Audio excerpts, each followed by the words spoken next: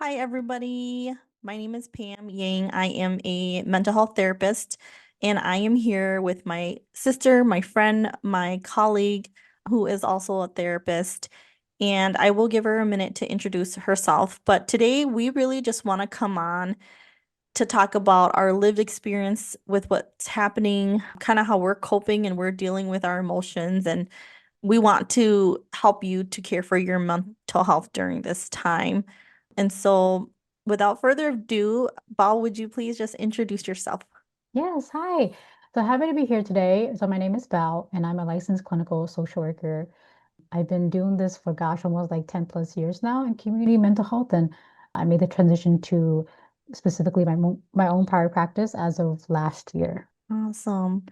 You know, I think it's so good to be in private practice right now because when I made that post saying that I was going to offer pro bono services to those impacted by ICE, I had some therapists reach out to me and they said, Pam, how do we do this when we work for an agency or in an organization, Mhm. right? Some agencies or, they don't want politics involved, but I think we do have the opportunity being in private practice to be able to do that. And I know that you joined me and you said, yeah, I am willing to offer a few spots to help people too. I want to thank you so much for doing that and for being here today. And today is just a day for us to really have a raw talk and discussion about how we're just dealing with our own emotions and what we're seeing with clients or what we're seeing in the world. And the purpose and goal of this podcast is to encourage people to take care of their mental health. And so I'll just kind of start, with how I'm doing. This past week has been really hard. I grew up in the Twin Cities, and so I lived there until about 2012. I have a lot of friends and family members still living in Minnesota. And so just hearing what's happening is really disturbing. It's I've had several times where I've just had to cry and name and grieve. I think to be honest, I've even had a crisis of faith, right? So like for those of you who know me, I have a podcast called His Purpose Prevails, and to have to identify as a Christian and people are doing things in the name of Christianity, it's really hard for me. And I'm not saying, I think the crisis of faith is like, and I think it's layered with grief and anger and fear and all these other things, but it's like, does praying work?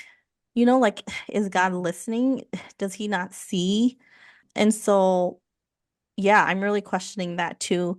And then on top of that, like my youngest, she's had a few encounters with peers who have been racist towards her and said slurs. And that's all happened in a matter of 2 weeks. And so for me, it just feels like a gut punch everywhere I turn. And it sucks because it's like, when are things gonna get better? Will things get better? And I've had colleagues and friends and other people that I've talked to, but like I just want to name that it's really scary right now for so many people. And yeah, it's just the uncertainty, and so like one of the reasons why I had posted, okay, I want to offer pro bono spots is because when we're afraid, we can feel very powerless. Like we can't do anything. We're waiting for the shoe to drop. But for me, I'm like, nope, I'm not going to do that. Like, I'm going to offer help where I can. It's going to look different for all of us, right? You and I have talked about that, whether that's donations, whether that's using Facebook, whether that's protesting, whatever it looks like for you is going to look different for me. But I'm like, I'm going to offer some pro bono services because that's what I can do, right? That's a way that I can give back. But yeah, I wanted to check in with you about like how are you doing really and start wherever you want. Yeah, yeah. Well, I mean, first of all, Pam, I appreciate that you're sharing how you're doing. I think that there's not enough space right now to slow down and think about how we're doing because there's such a crisis that's happening in America right now, and that there's this pull to do things very quickly and respond very Hmm. quickly. And that often means that our mental health is not prioritized because Hmm. it's not, how can we think about our own mental health when there's so much that's going on, right? So I do Right. appreciate having this space to talk with you today about what's going on. And I think for me, very similar, right? There's a lot of, we have to do something. There's a lot of like, I feel very helpless. There's a lot of, how can so many people be okay with what is going on, and just feeling really angry and frustrated at people that I know in my own personal life who are okay with what is going on, and you know seeing that as a reflection of like me because I'm associating myself with them. But Hmm. it's so complicated right now to navigate this, and it's so hard when you really care about everybody to set Hmm. boundaries with yourself. For me anyway, it's been really hard for me to navigate. How do Hmm. I spread myself the most effective way with myself so thin? That's been something Hmm. that I have had to really grapple with the last couple of weeks and really have to pull back as needed in order for me to make sure that as I go about helping, my own clients, that they are Hmm. able to, like, I'm able to show up for them. So that's kind of been what's been going on. Personally, I haven't had to deal with it, so thank goodness, but I know like there is the Hmm. impending, like it's gonna happen. Something's gonna happen, and I really need to feel prepared and respond to it and be there for my community the best that I can be. Yes. Like even though my dad is no longer here, he passed, like when I saw the gentleman in his boxers with a blanket, like that could be our dad, our uncle, Mhm, our grandpa, right? Like that could be. And so I was thinking too, like, and we hear this and we see this, but I was thinking like about the fear in our genetics, mhm, like the anxiety and the fear that we inherited from constantly fleeing countries, fleeing genocide and persecution, and people mhm, not wanting us, right? Because of who we are, mhm, right? Things we have no control over, being Hmong, looking the way that we do. mhm, And, like I would say some Hmong folks might say like we didn't want the war to happen. We didn't want to be displaced. We didn't want to be immigrants. And then, mhm, a lot of Hmong folks are like, it's safer. It's better. There's more opportunities. So yeah, it just hurts me because my dad is a war veteran. He mhm, fought alongside the Americans in the mhm, Vietnam War, and thankfully he's not here today to see this. mhm. But thousands, hundreds of thousands of Hmong Yeah, people died because of the Vietnam War and the Secret War. yeah. And so it's just like like can we ever go to a country and not be Mhm, rooted out, not be mhm, like chased out and killed? And so I would never have imagined in a million years that we would be here today in America mhm, and yeah, that we would be driven out because of mhm, how we look, and I think this is true for many people from different backgrounds and mhm, ethnicities, but to like have our children have to go through this and to know that like we haven't really come that far. I don't know. It's mhm. just it's just really disappointing. Yeah, So I'm just thinking and yeah. processing out loud here. Yeah, yeah. Yeah, I agree with that. It's part of everything that I'm feeling. If we were to name one of the feelings, one of the many feelings, is the idea of disappointment. Is that, we ourselves as a community have gone through so much and we've seen what it's been like to go through genocide and family separation. And yet Hmm. here we are, some of us have really forgotten that. Some of us have really disconnected from that history. And Hmm. we have really disconnected from the idea of empathy and care for our own community. Yeah. Yeah. Well, and I think our parents would say, or our grandparents, right? They would say, well, we did all of that so that we could live freely and we could have freedom and we could not be persecuted and not hunted down, right? Mhm, And it's like we are living it like in present day time. So yeah, so some of the things I think that's coming up for me, like to name emotions, right? Because I think it can be freeing and cathartic to just name. mhm, And so, like there's fear, you name disappointment, mhm, there's uncertainty. When we're anxious and fearful, we go down a list of what ifs. Things feel very unpredictable and scary.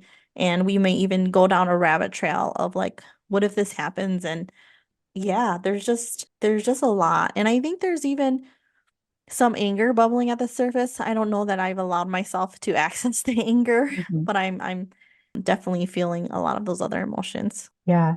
Yeah, I think for me, 2 weeks or so ago, I was just feeling all the emotions. And Hmm. I just like didn't know what to do with myself because I can be pissed off at my family members who are agreeing with this, but what good does that do, right? And Yeah, plus, I've had, multiple interactions with them, and at that point, it's like I didn't feel good about myself afterwards. So it's like that's not the route I want to take, and how I want to contribute to what's been going on. And so, yeah, and so I think that's another reason why, you and I had this idea to really like create a space to talk about this is because what do we do hmm. with all these emotions that we're having that's at times Right, conflicting, that at times is feeling so overwhelmed. And I think the biggest feeling, of course, is the feeling of hopelessness and helplessness, right? So how do we right. in the moment, in the future, respond to these emotions in a way that feels good for us? Yeah, let's get into that. Let's talk about what we can do, right? Like, what can we do to take care of our mental health? Because I think we can spend a lot of hours worrying, and also because we don't know what's going to happen, I think we can Mhm. also, it kind of feels like, I know people are like, this isn't COVID, but it kind of feels like that. Like Mhm. you Mhm. feel like you have a lot of time on your hands to Mhm. worry. But I want us to talk about like the internal locus of control and the external locus of control. Mhm. So let's Yeah. talk about external first, right? Like, Yep. Oh, Pip, before we move forward, can we take a little time just to kind of talk about like what does it look like to be like experiencing, oh yes, yeah, because I think right yes, now this is so different from all that we have experienced that, I mean, we could open up a DSM, but I don't think DSM is gonna be able to, yeah, define for us kind of how we're right. being mentally affected by others. So I think it would be good to kind of, talk about that a little bit. Like, what does that Yeah, look let's like? talk Yeah. about like some signs and symptoms. Yeah, Yeah, why yeah, don't you get us started? Yeah. yeah. Yeah. I can start with like me and kind of go from there. Hmm. So I do want to caveat all this to say, like, again, the DSM does not define what's kind of going on, and so it's going to look different for everybody, but this is kind of like the general idea that, you may be struggling to handle this. And, to be fair, I think, if you really care about what's really going on, I think you would struggle, and it's okay to be struggling through all of this. But, some of the signs that really it would be helpful to know about and maybe use some of the things that we talked about today is noticing that you're spending a lot of your time thinking about what's going on. Ruminating is the word that we will be using, like ruminating, just spending hours and hours thinking about the same thing over and over again, or different things, but within the same realm of what's going on politically. So that will Hmm. be one of the signs. Do we want to go back and forth, or do you want to kind of just keep naming them, Pam? Yeah. Yeah. So I will talk about a couple. I think insomnia. So like not being able to sleep in addition to like ruminating. I think like having racing thoughts and not being able to sleep. So I've noticed that, I'm generally one that likes at least 7 or 8 hours of sleep, like even 9 or 10. But yeah, some days I'm getting 5 to 6. And so for me, that's definitely a sign Yeah. or a symptom. Yeah, yeah. This is a very specific example, but being very, very occupied on Facebook, right? Being very, very knowledgeable about what's going on to the point where, you're spending a lot of your time just getting so much information and you can kind of feel it very heavy on your shoulders, on your heart Hmm. even maybe, but taking all that really, what's the right word? I don't want to say hurtful, distressing. There you go. It's getting really, really distressing information about what's going on in real time. I mean, doom Yeah. scrolling is another word they use, but that could be another sign too. Yeah, I want to comment on that.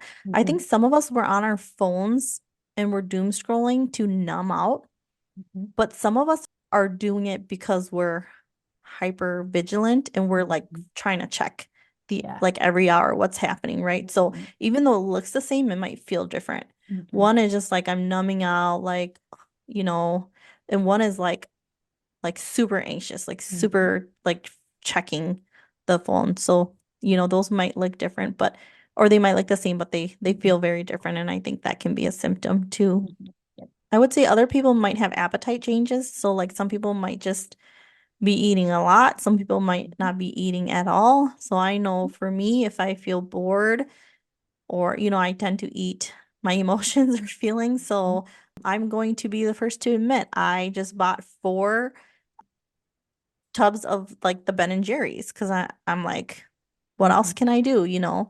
I think to name another emotion, I think there's a little bit of grief that I'm feeling, or Mhm. maybe a lot of grief that I'm feeling too. So, yep, turning to Ben and Jerry's for Mhm. some of that to cope. Mhm. So, Mhm. Yeah.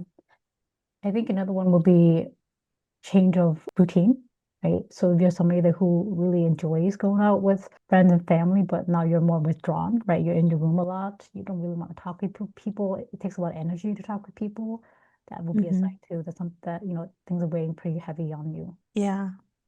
I think irritability too. And for me, like crying, I said earlier, crying whether you're sad, crying whether you're angry. I don't usually cuss, but I have been cussing a lot this past Mhm. week, just Mhm. Mhm. swearing and just, yeah, just Yeah. crying and swearing. Mhm. So, Yeah. Yeah. Yeah. If everything feels very overwhelming, I think that's another one too. mhm. Yeah. Yeah. Yeah, definitely. So yeah, I think like racing thoughts, we talked about Mhm. ruminating. I think being untrusting right now or Mhm. having a level of like Mhm. mistrust or distrust. I know that there are only certain spaces or certain people that I feel comfortable or safe talking about, Mhm. like talking to or about these things. And then there are some people that whether I don't know, you just know who your people are, and we'll Mhm. talk more Mhm. about that too when Mhm. we talk about coping. Mhm. But any other symptoms that you want to name or talk about? No, I don't think so. Because I can't think of any. Okay. Yeah, we can circle back Mm. too. Okay.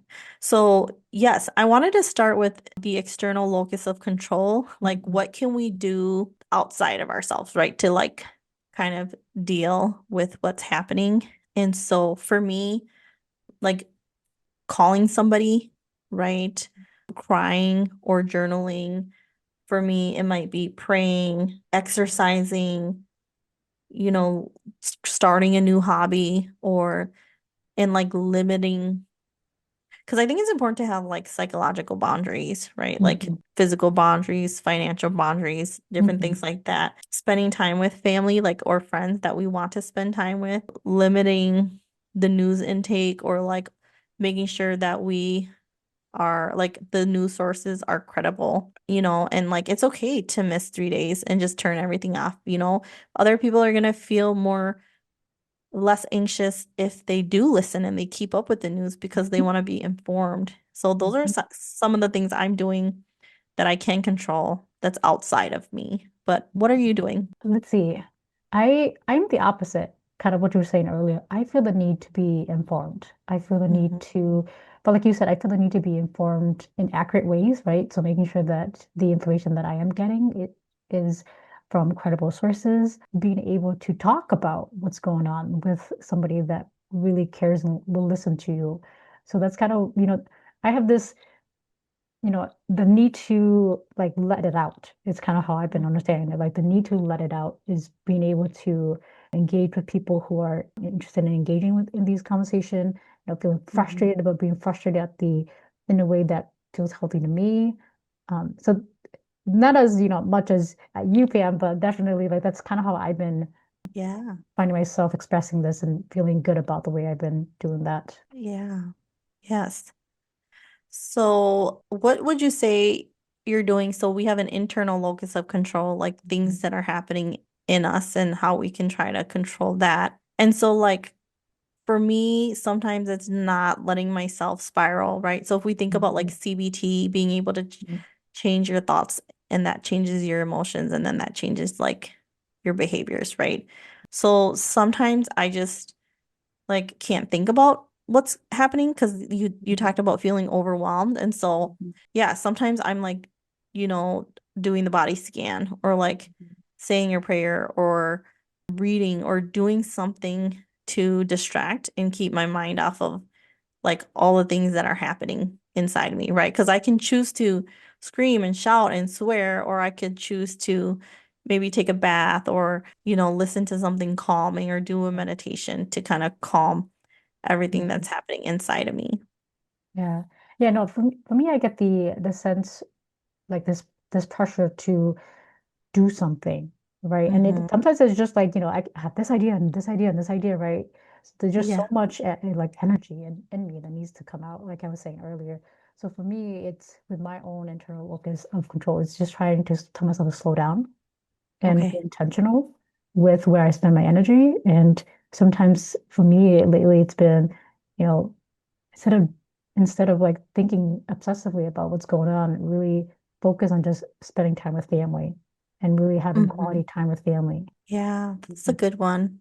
That's a Mhm. good one. Let's see here. I think I just want a name for people that it's okay to cry. It's okay to feel your emotions, right? Like as long as you're staying safe and people around you are safe, like it's okay to feel anger. It's okay to cry and to let it out. And I always tell my clients like your body knows what to do, right? Mhm. Like if you're gassy, you're gonna pass gas, right? If Mhm. you have a fever, you're gonna perspire, right? You burp and cough and sneeze.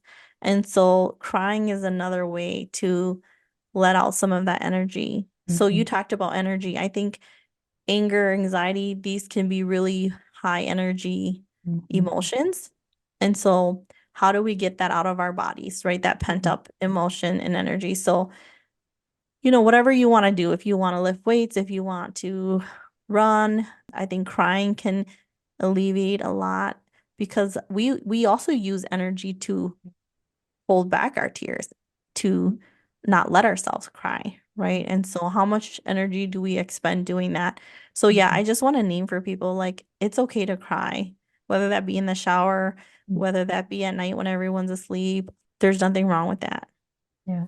I think right now, what's been really hard, and I wonder if this is one of the things that makes it really hard to be emotional, is that right now we see how might and how force can be very effective, right? And how it has effectively affected a lot of people and their emotions. Mhm. And so in moments like this, it may feel very scary to be anything other than forceful and violent, right? Yeah. We know that the response to violence isn't more violence necessarily in the mental health field.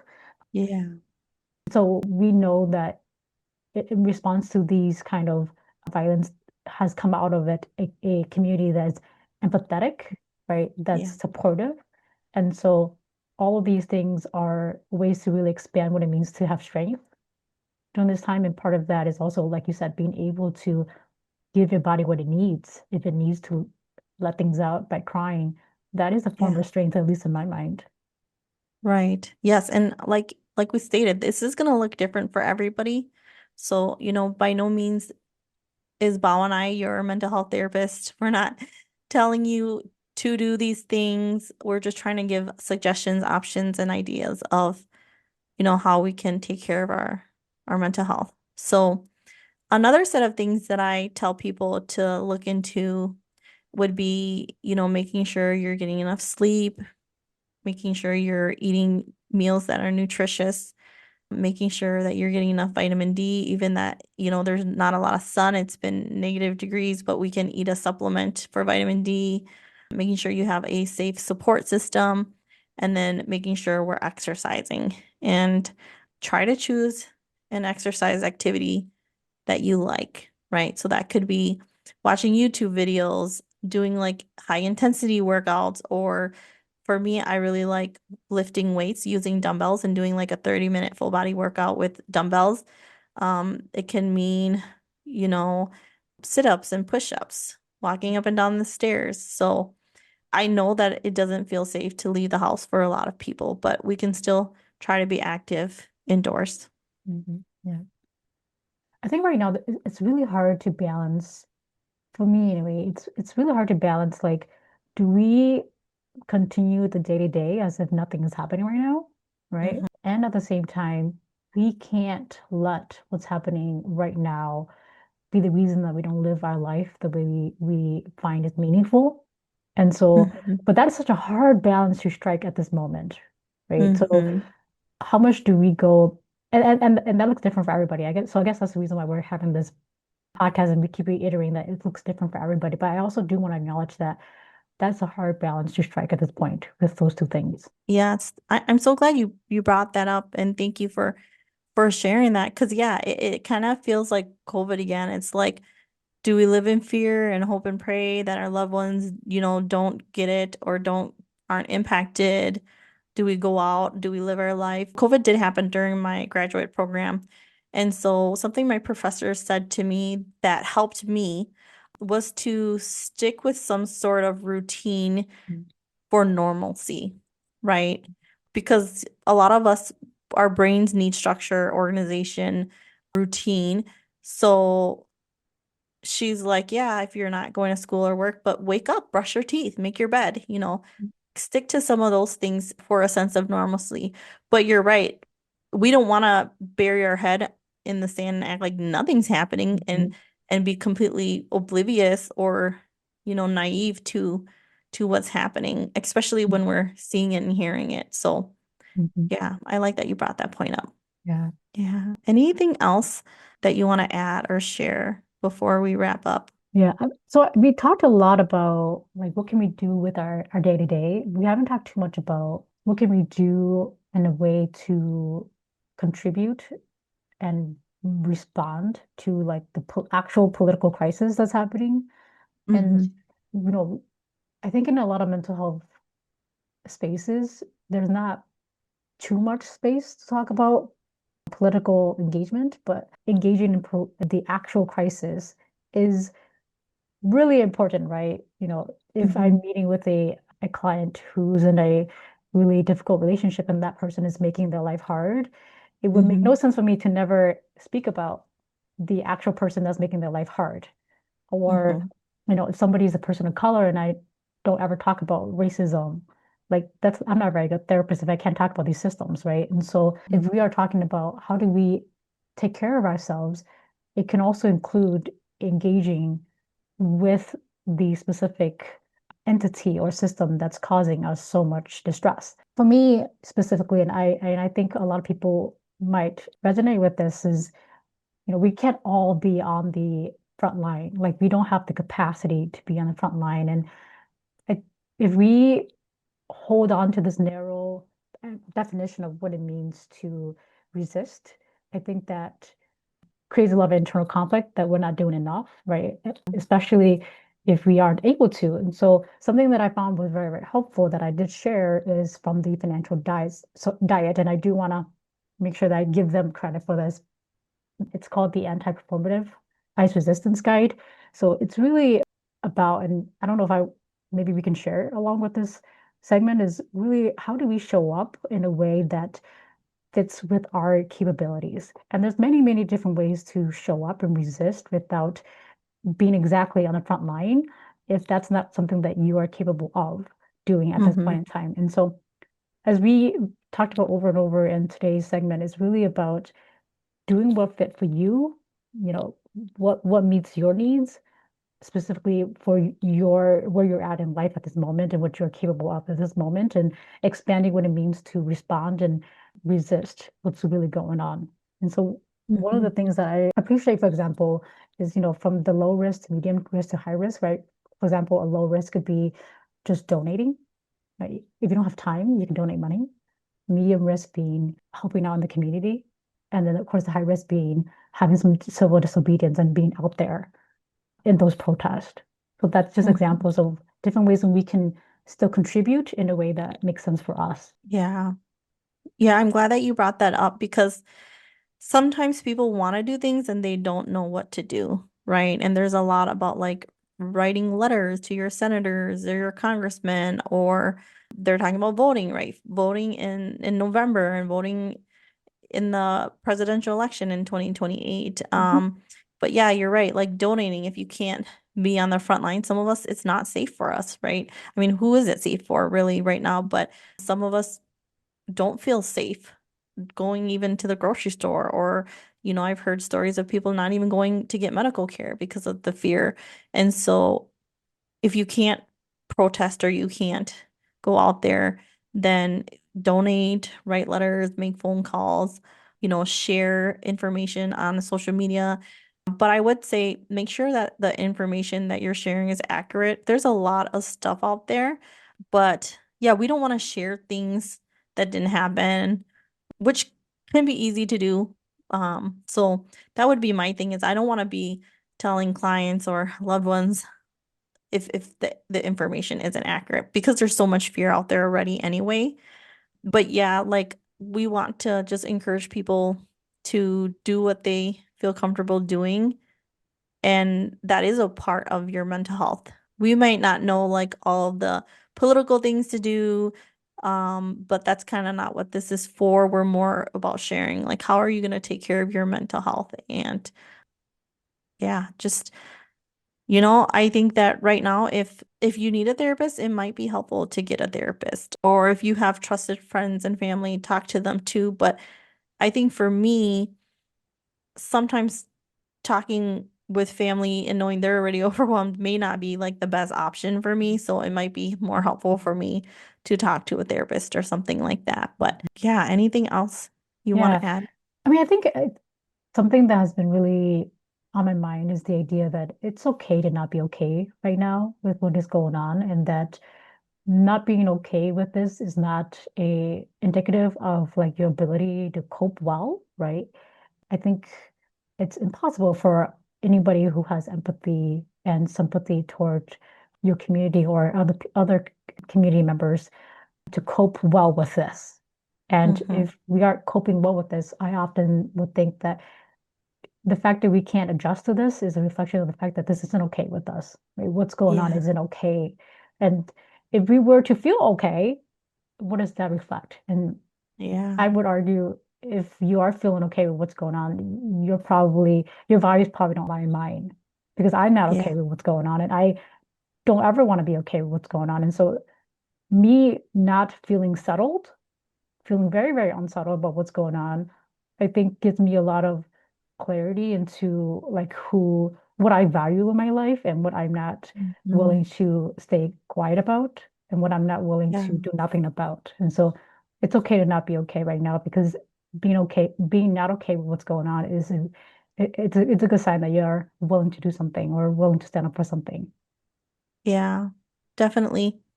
I think there's like the anger that I talked about, or like this, I would even say like this righteous indignation of like we can use our anger and use it as fuel to, push back or to share or to whatever it is that we want to do or feel comfortable doing. Because when you're in that state of like powerlessness or you freeze or you feel helpless and hopeless, sometimes it can be hard to get out of that place. But I think sometimes it's good to be proactive instead of reactive. I feel like this is a matter of like just being a human, Hmm. right? And like, I know people want to say right or left or like Christian, non-Christian and all of that, but I feel like we're all human and it just yeah, like you said, whatever's happening right now is not okay. And we're all suffering, like maybe not like the higher ups and the billionaires and stuff like that, but Hmm. like sometimes when we see things in different states or even different countries, we Hmm. can be more detached from it. Hmm. But I think because it's happening to a lot of people of color, it's happening to Hmm. people like a state that's like just a state Hmm. away. I think it's starting to be real for a lot of people, and I'm hoping that more and more people like wake up and see how atrocious and egregious Yeah, these yeah. things are that are happening. Yeah, I think the privilege of not being politically involved is past us at this point. I think everybody's going to Yeah. have to be politically involved or at least politically aware in one way or the other about this. And so this will all affect us and this will all affect Yeah. our mental health. And it's important to, at the very least, you know, have the tools you need to respond to when it shows up. Because Yeah. you already are dealing with it now. So, tools you need to respond to what you're feeling and what you're going through right now. Right. Yeah. Well, thank you, Bob, for joining me today, and hopefully we can get this video out to our community and to other people who are just feeling what we're feeling, and hopefully we Mhm. can give language to what people are feeling. I know some people aren't, they have not been trained to really feel their emotions or to name what they're feeling. And so I hope that this video reaches who it needs to, and hopefully it's helpful, and maybe we'll come back for a part 2 or something like that. But yeah, we we just need to do what we can to make the world a little bit better, because this Mhm. this has to stop. Mm. So, Yeah, I agree. all right.